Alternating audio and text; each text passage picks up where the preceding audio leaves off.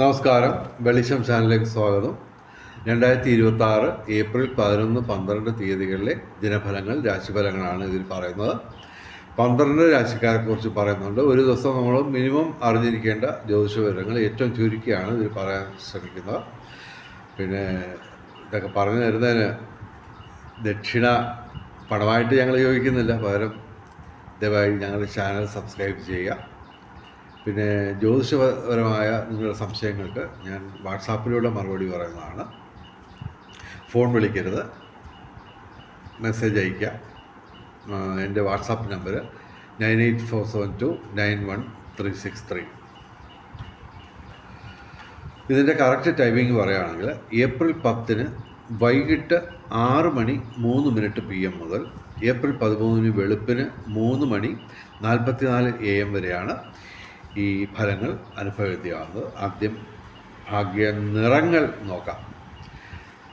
11-ാം തീയതി ശനിയാഴ്ച കറുപ്പ് അല്ലെങ്കിൽ നീല, 12-ാം തീയതി ഞായറാഴ്ച ചുവപ്പ് അല്ലെങ്കിൽ ഇവയുടെ ഇളം നിറങ്ങൾ, അതല്ലെങ്കിൽ ഈ നിറങ്ങൾ ഡിസൈനായിട്ട് വരുന്ന വസ്ത്രങ്ങൾ ധരിച്ചാൽ ഭാഗ്യവർദ്ധനമുണ്ടാകുന്നതാണ്.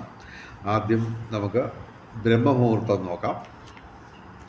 11-ാം തീയതി രാവിലെ 4:44 AM മുതൽ 5:32 AM വരെയാണ് 11-ാം തീയതി ബ്രഹ്മമുഹൂർത്തം. 12-ാം തീയതി 4:43 AM മുതൽ 5:31 AM വരെയാണ് ബ്രഹ്മമുഹൂർത്തം 12-ാം തീയതി. അഭിജിത്ത് മുഹൂർത്തം 11-12 തീയതികളിൽ ഉച്ചയ്ക്ക് 12:03 PM മുതൽ 12:52 PM വരെയാണ് 11-12 തീയതികളിൽ അഭിജിത്ത് മുഹൂർത്തം. അഭിജിത്ത് മുഹൂർത്തത്തിലും ബ്രഹ്മമുഹൂർത്തത്തിലും പ്രധാനപ്പെട്ട കാര്യങ്ങൾ ചെയ്യാൻ ശ്രമിക്കുക.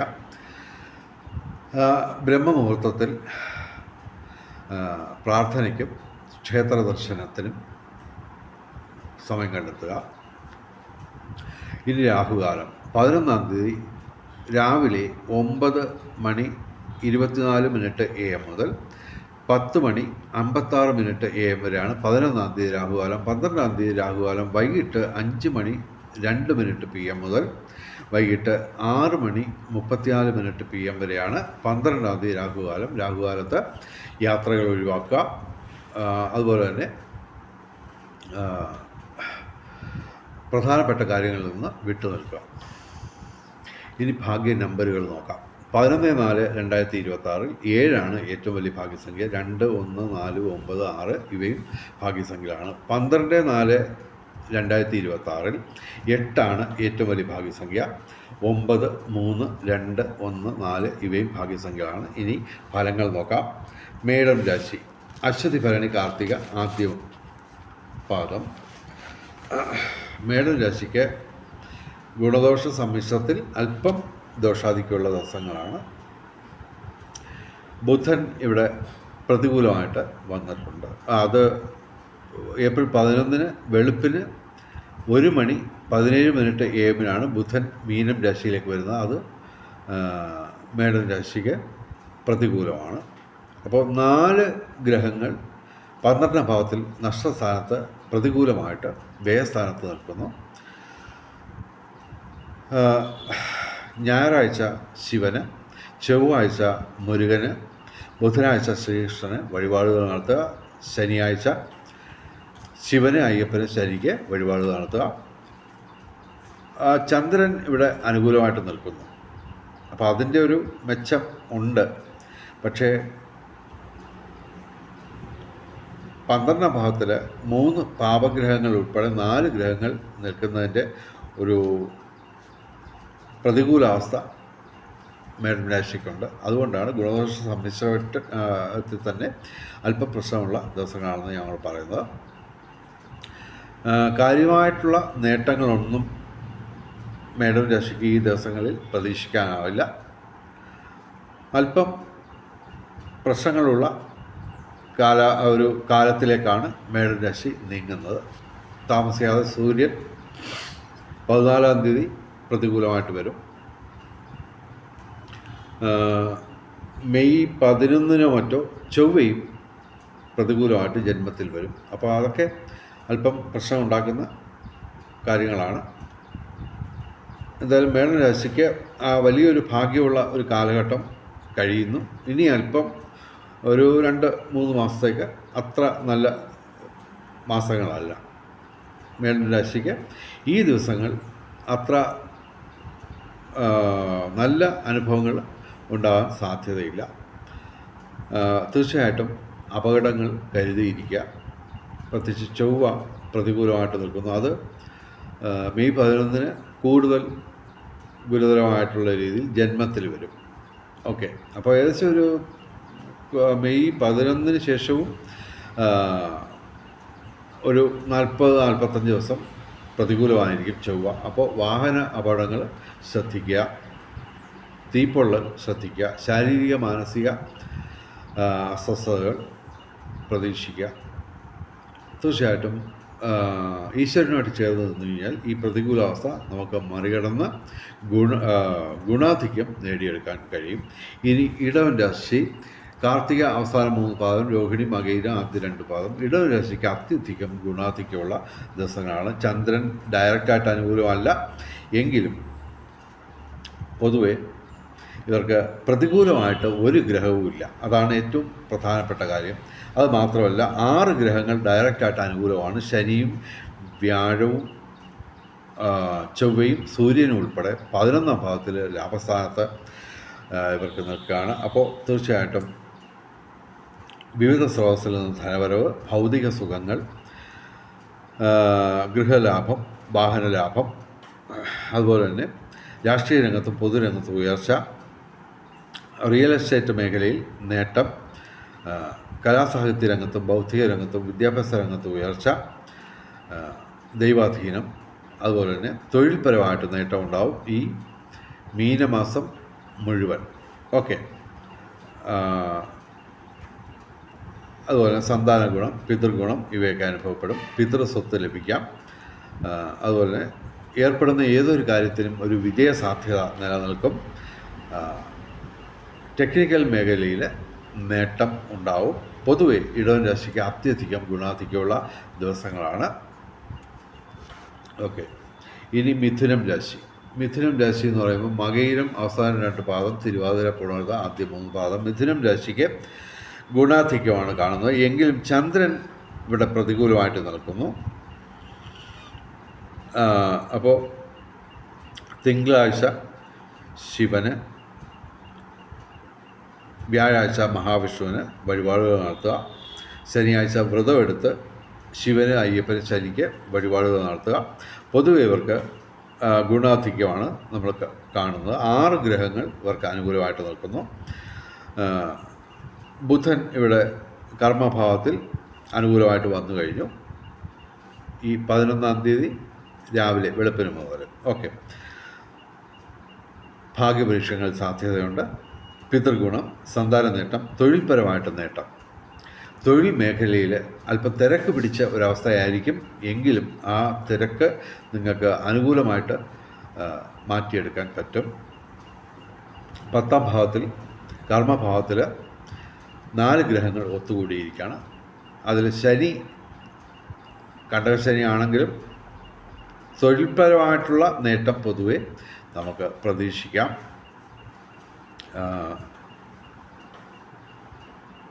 ശനിയാഴ്ച വ്രതമെടുത്ത് ശിവന്, അയ്യപ്പന്, ശനിക്ക് വഴിപാടുകൾ നടത്തുക. അതുപോലെ തന്നെ ഇവർക്ക് കലാസാഹിത്യ രംഗത്തും ബൗദ്ധിക രംഗത്തും വിദ്യാഭ്യാസ രംഗത്തും ഉയർച്ച ഉണ്ടാവും.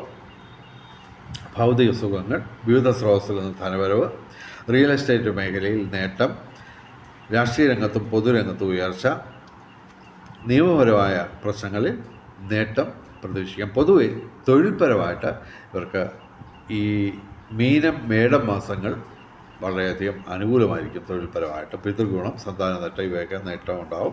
പൊതുവെ മിഥുനം രാശിക്ക് ഈ ദിവസങ്ങളും ഗുണാധിക്യമുള്ള ദിവസങ്ങളാണ്. ചന്ദ്രൻ കൂടി അനുകൂലമായിട്ട് വരുമ്പോൾ അത്യധികം ഗുണാധിക്യമുള്ള ദിവസങ്ങൾ വരും. അത് പൊതുവെ മിഥുനം രാശിക്ക് അല്പം നല്ല കാലം തന്നെയാണ്. ഓക്കെ, ഇനി കർക്കിടകം രാശി. പുണർദം അവസാന പാദം, പൂയായില്യം. കർക്കിടകം രാശിക്ക് ഗുണദോഷ സമ്മിശ്രമാണ്. ഇവിടെ ഡയറക്റ്റ് പ്രതികൂലങ്ങളായ ഗ്രഹങ്ങളുടെ എണ്ണം കുറഞ്ഞു. എങ്കിലും ഡയറക്റ്റായിട്ട് അനുകൂലമായിട്ടുള്ള ഗ്രഹങ്ങൾ ഇനിയുള്ള ആഴ്ചകളിലൊക്കെ വരാൻ സാധ്യതയുണ്ട്. കർക്കിടകം രാശിക്ക് അല്പം മെച്ചപ്പെട്ട കാലത്തിലേക്ക് കർക്കിടക രാശി വരാൻ പോവുകയാണ്. എങ്കിലും ഇവിടെ ചന്ദ്രൻ മാത്രമാണ് ഇവിടെ ഡയറക്റ്റായിട്ട് ഈ ദിവസങ്ങളിൽ അനുകൂലമായിട്ട് നിൽക്കുന്നത്. എങ്കിലും 6 ഗ്രഹങ്ങൾ ഗുണദോഷ സമ്മിശ്രമായിട്ടുണ്ട്. അപ്പോൾ പൊതുവെ കാര്യമായ നേട്ടങ്ങളൊന്നും ഉണ്ടായില്ലെങ്കിലും ദുരിതങ്ങളുടെ എണ്ണം കുറഞ്ഞു തുടങ്ങിയിട്ടുണ്ട്. അത് നല്ലൊരവസ്ഥയിലേക്ക് താമസിയാതെ വരിക തന്നെ ചെയ്യും കർക്കിടകം രാശിക്ക്. ഓക്കെ, കർക്കിടകം രാശിക്ക് ഗുണദോഷ സമ്മിശ്രമാണ്. ഇനി ചിങ്ങം രാശി, മകം പൂര ഉത്രം ആദ്യപാദം. ഇവിടെ ബുധൻ അനുകൂലമായിട്ട് വന്നിട്ടുണ്ട്. ഏപ്രിൽ 11 വെളുപ്പിന് ബുധൻ അനുകൂലമായിട്ട് വരുന്നു. കൂടാതെ ചന്ദ്രൻ, ശുക്രൻ, വ്യാഴം, കൂടാതെ ഇപ്പോൾ ബുധനും, അങ്ങനെ 4 ഗ്രഹങ്ങൾ ഡയറക്റ്റായിട്ട് അനുകൂലമായിട്ട് നിൽക്കുന്നെങ്കിലും 5 പാപഗ്രഹങ്ങൾ ഡയറക്റ്റായിട്ട് പ്രതികൂലമായിട്ട് തുടരുകയാണ്. ഓക്കെ, അപ്പോൾ ഏപ്രിൽ 14 ശേഷം സൂര്യൻ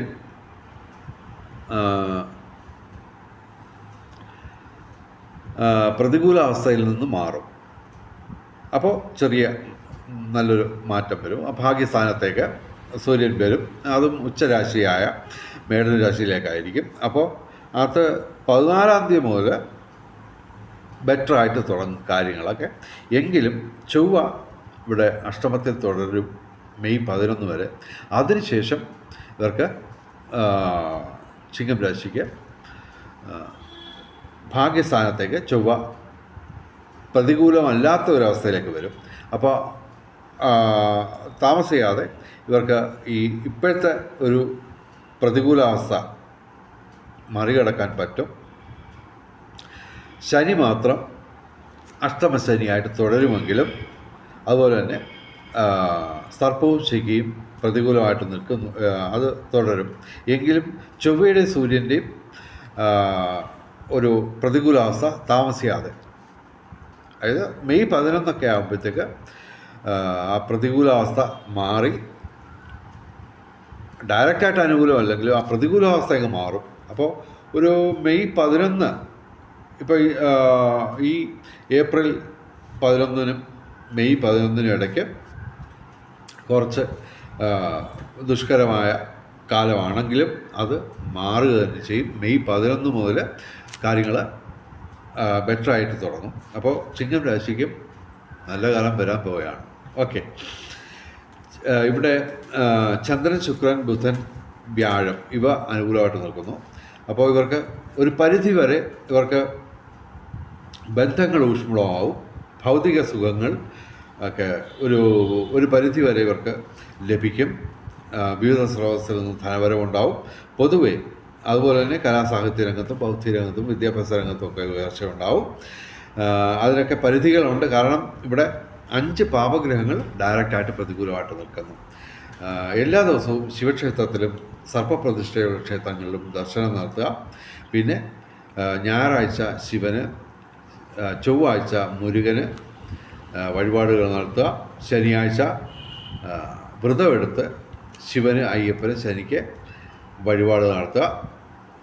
ശനി ഇവിടെ അഷ്ടമശനിയാണ്. അപ്പോൾ അത് കാര്യമായിട്ട് ശ്രദ്ധിക്കുക. ഇവിടെ അഷ്ടമത്തിൽ 3 ഗ്രഹങ്ങൾ, 3 പാപഗ്രഹങ്ങൾ പ്രതികൂലമായിട്ട് നിൽക്കുന്നു. അതുകൊണ്ടാണ് ഞങ്ങൾ പറയുന്നത് ഗുണദോഷ സമ്മിശ്രമെങ്കിലും അല്പം പ്രശ്നമുള്ള ദിവസങ്ങളാണ്. എങ്കിലും മെയ് 11 ഒക്കെ കഴിയുമ്പോഴത്തേക്ക് കാര്യങ്ങൾ മാറി വരും. അനുകൂലമായിട്ടുള്ള ഒരു കാലഘട്ടം ചിങ്ങം രാശിക്ക് വരാൻ പോവുകയാണ്. ഓക്കെ, ഇനി കന്നിരാശി, ഉത്രം അവസാന 3 പാദം, അത്തം, ചിത്തിര ആദ്യ 2 പാദം. കന്നിരാശിക്ക് 7-ാം ഭാവത്തിൽ 4 ഗ്രഹങ്ങൾ പ്രതികൂലമായിട്ട് നിൽക്കുന്നു. അപ്പോൾ ജീവിത പങ്കാളിയായിട്ടുള്ള പ്രശ്നങ്ങൾ ഉടലെടുക്കാൻ സാധ്യതയുണ്ട്. അത് മാത്രമല്ല ഓപ്പോസിറ്റ് സെക്സ് അതുമായിട്ട് ബന്ധപ്പെട്ട പ്രശ്നങ്ങൾ ഉണ്ടാകാൻ സാധ്യതയുണ്ട്. അപ്പോൾ കരുതിയിരിക്കുക. അത് വിവേകപൂർവം, കൗശലപൂർവ്വം, ബുദ്ധിപൂർവ്വം അതൊക്കെ പരിഹരിക്കാൻ ശ്രമിക്കാം. പിന്നെ തീർച്ചയായിട്ടും തൊഴിൽപരമായിട്ടുള്ള പ്രശ്നങ്ങളൊക്കെ ഉണ്ടാകാൻ സാധ്യതയുണ്ട്. അതൊക്കെ കരുതിയിരിക്കുക. അതുപോലെ തന്നെ പുതുതായിട്ട് നിയമപരമായ പ്രതികൂലമായ കാര്യങ്ങളൊക്കെ സംഭവിക്കാനും ഇടയുണ്ട്. അതൊക്കെ കരുതിയിരിക്കുക. എങ്കിലും ഇവിടെ ഇവർക്ക് സർപ്പവും ശിഖയും അനുകൂലമായിട്ട് നിൽക്കുന്നു. ശുക്രനും അനുകൂലമാണ്. എങ്കിലും പൊതുവെ അത്ര നല്ല ദിവസങ്ങളൊന്നുമല്ല കന്നി രാശിക്ക്. ഗുണദോഷ സമ്മിശ്രത്തിൽ തന്നെ അല്പം പ്രശ്നമുള്ള ദിവസങ്ങളാണ്. ഇനി തുലാം രാശി. ചിത്തിര അവസാനം 2 പാദം, ചോതി വിശാഖം ആദ്യ 3 പാദം. തുലാം രാശിക്ക് അത്യധികം ഗുണാധിക്യമുള്ള ദിവസങ്ങളാണ്. തുലാം രാശിയെപ്പറ്റി ഈ 11, 12, 13 തീയതികളിൽ ഒരു പ്രത്യേകം വീഡിയോ ഞാൻ ചെയ്തിട്ടുണ്ട്. അത് കാണാൻ ശ്രമിക്കാം. ഇവിടെ ഇവർക്ക് ഏറ്റവും പ്രധാനപ്പെട്ട കാര്യം എന്ന് പറഞ്ഞു കഴിഞ്ഞാൽ ഡയറക്റ്റ് പ്രതികൂലമായിട്ട് ഒരു ഗ്രഹവുമില്ല. അതേസമയം 7 ഗ്രഹങ്ങൾ ഇവിടെ അനുകൂലമായിട്ടും നിൽക്കുന്നു, ഡയറക്റ്റായിട്ട് അനുകൂലമായിട്ട് നിൽക്കുന്നു. അപ്പോൾ അതിൽ തന്നെ 6-ാം ഭാവത്തിൽ 4 ഗ്രഹങ്ങൾ അനുകൂലമായിട്ട് നിൽക്കുകയാണ്. അവിടെ അത് ശനിയും സൂര്യനുമൊക്കെ ശത്രുക്കളാണ്, ചൊവ്വയും ശനിയുമൊക്കെ ശത്രുക്കളാണ്, ചൊവ്വയും ബുധനും ശത്രുക്കളാണ്. ശത്രുക്കളെല്ലാം കൂടെ അവിടെ കയറി പ്രശ്നം ഉണ്ടാക്കുമെങ്കിലും ഒരു പരിധിവരെ ഗുണാധിക്യം നമുക്ക് നേടിയെടുക്കാൻ പറ്റും. ഭാഗ്യപരീക്ഷകളിൽ സാധ്യതയുണ്ട്.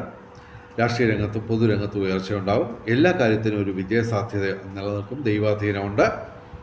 9-ാം ഭാവത്തിൽ ഭാഗ്യസ്ഥാനത്താണ് വ്യാഴം തുടരുന്നത്. പക്ഷേ ജൂൺ 2-ാം തീയതി അത് മാറും. അതിനു മുമ്പ് പ്രധാനപ്പെട്ട കാര്യങ്ങളൊക്കെ ചെയ്തു തീർക്കാൻ ശ്രമിക്കുക. തൊഴിൽപരമായിട്ട് നേട്ടമുണ്ട്. എങ്കിലും ഇത് സൂര്യൻ ഏപ്രിൽ 14-ാം തീയതി 7-ാം ഭാവത്തിലേക്ക് വരുന്നു. അതത്ര സുഖകരമായിരിക്കില്ല. എങ്കിലും മീനമാസം മുഴുവൻ ഇവർക്ക് തൊഴിൽപരമായിട്ടുള്ള നേട്ടം ഉണ്ടാവും. പിന്നെ തീർച്ചയായിട്ടും സാങ്കേതിക രംഗത്ത് മേന്മകളുണ്ടാവും. റിയൽ എസ്റ്റേറ്റ് മേഖലയിൽ നേട്ടമുണ്ടാവും. പിതൃ സ്വത്ത് ലഭിക്കാം.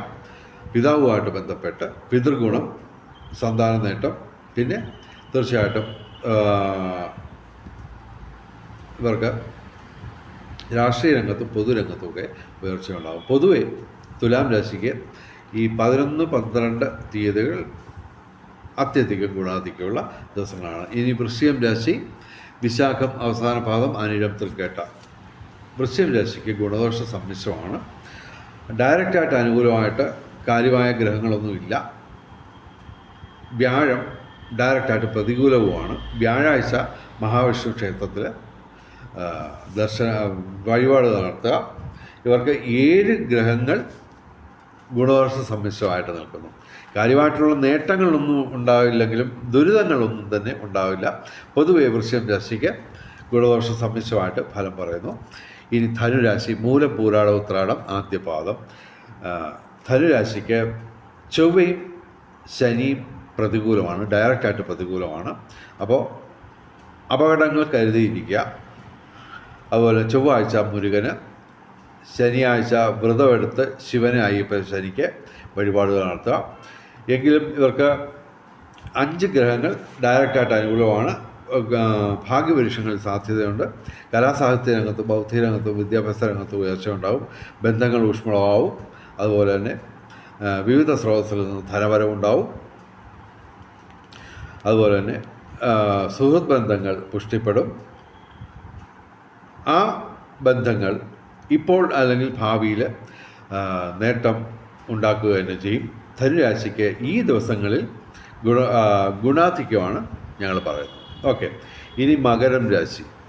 ഉത്രാടം അവസാന 3 പാദം, തിരുവോണം, അവിട്ടം ആദ്യ 2 പാദം. മകരം രാശിക്ക് ഗുണാധിക്യമാണ് കാണുന്നത്. എങ്കിലും ഇവിടെ ബുധൻ അനുകൂലമല്ലാതായി മാറിയിരിക്കുന്നു. വ്യാഴം നേരത്തെ തന്നെ പ്രതികൂലമാണ്. 6-ാം ഭാവത്തിൽ പ്രതികൂലമാണ്. ശിഖിയും അഷ്ടമത്തിൽ നിൽക്കുകയാണ്. അപ്പോൾ വെള്ളിയാഴ്ച മഹാലക്ഷ്മിക്ക് അല്ലെങ്കിൽ ചാമുണ്ടിക്ക് അല്ലെങ്കിൽ ഗണപതിക്ക് വഴിപാട് നടത്തുക വെള്ളിയാഴ്ച. ബുധനാഴ്ച ശ്രീകൃഷ്ണന് വഴിപാട് നടത്തുക. വ്യാഴാഴ്ച മഹാവിഷ്ണുവിന് വഴിപാട് നടത്തുക. മകരം രാശിക്ക് 5 ഗ്രഹങ്ങൾ ഡയറക്റ്റായിട്ട് അനുകൂലമാണ്. 3-ാം ഭാവത്തിൽ അനുകൂലമായിട്ട് ചൊവ്വ, സൂര്യൻ, ശനി ഇവ നിൽക്കുന്നു. അത് അന്യോന്യം ശത്രുതയൊക്കെയുള്ള ഗ്രഹങ്ങളാണെങ്കിലും പൊതുവെ ഇവർക്ക് ദോഷങ്ങൾ വരില്ലെന്ന് മാത്രമല്ല അല്പസ്വല്പം നേട്ടങ്ങളുണ്ടാവും. പ്രധാനമായിട്ടും രാഷ്ട്രീയ രംഗത്തും പൊതുരംഗത്തും ഉയർച്ച ഉണ്ടാവും. കാരണം ചൊവ്വയും ശനിയും ശത്രുക്കളായിട്ടാണെങ്കിലും അത് അനുകൂലമായിട്ട് നിൽക്കുന്നു. കൂടാതെ സൂര്യനും അനുകൂലമായിട്ട് നിൽക്കുന്നു. അപ്പോൾ